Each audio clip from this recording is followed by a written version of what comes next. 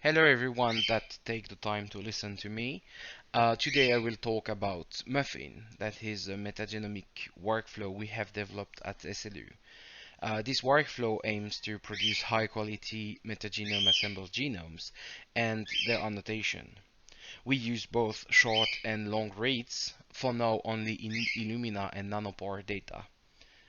There is 3 steps in this workflow.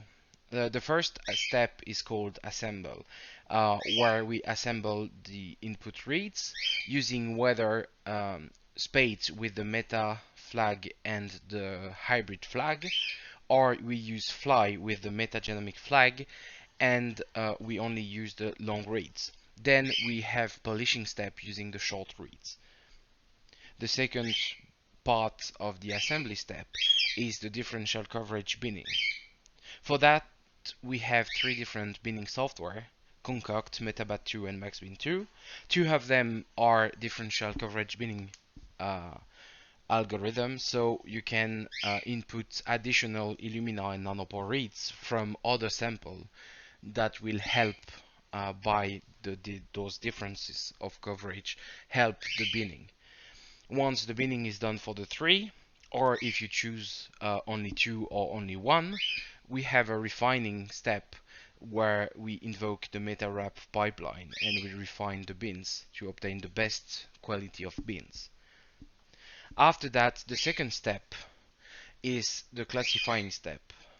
For that, we have a checkend that check the quality, the completeness, and contamination of the bins, and we follow that by taxonomy classification using the genome taxonomy database.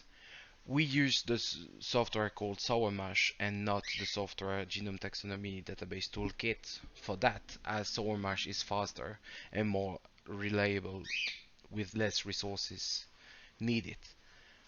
The next step, and also third step we have, is the annotate step. For that, we annotate the bins using Eggnog, followed by a parser we have created that will retrieve the KEGG orthologs and pathways and provide a summary file HTML that gives you the name of the different pathway present, as well as the orthologs and ID. You can also click on the different link present in that summary file to access figures like the one in the bottom left of this presentation, and you can see that there is different color, and each color highlights one particular type of orthologs, whether it's present or not in the pipeline, in the bins, whether it's present or not in the sample, and so on. Another option that you can activate in the annotate step is to provide RNA-seq data.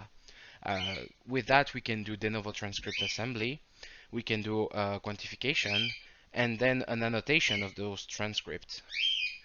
The annotation of the RNA-seq combined with the annotation of the bin allows us to provide a better and more complete HTML file, where you can highlight also orthologs only present in the bin but not in the RNA-seq, so they are not expressed at the time of sequencing, sampling, or that are present, and so we know that they were expressed during the sampling step. Those 3 different steps can be run all together, or if you have already bins, you can just run the classifying step or the annotating step, or both of them if you want, as Nextflow allows a really modular run of everything. You can just choose what is the best for you. Now you have different QR code and link in the bottom of the page. If you are curious and want to see more about the work we have done here, there is a paper published in PLOS Computational Biology where you have more information and some example.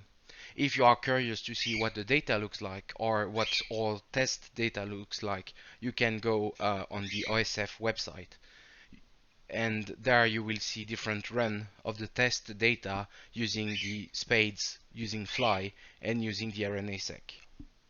And now the most important, if you want to run or test or pipeline, if you find it's interesting, you can go on GitHub, download it, edit it if you want to change some elements of it.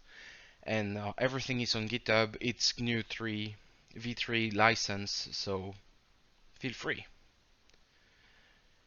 Of course, if you find a bug, report it so we can solve it as soon as possible. Have a nice day.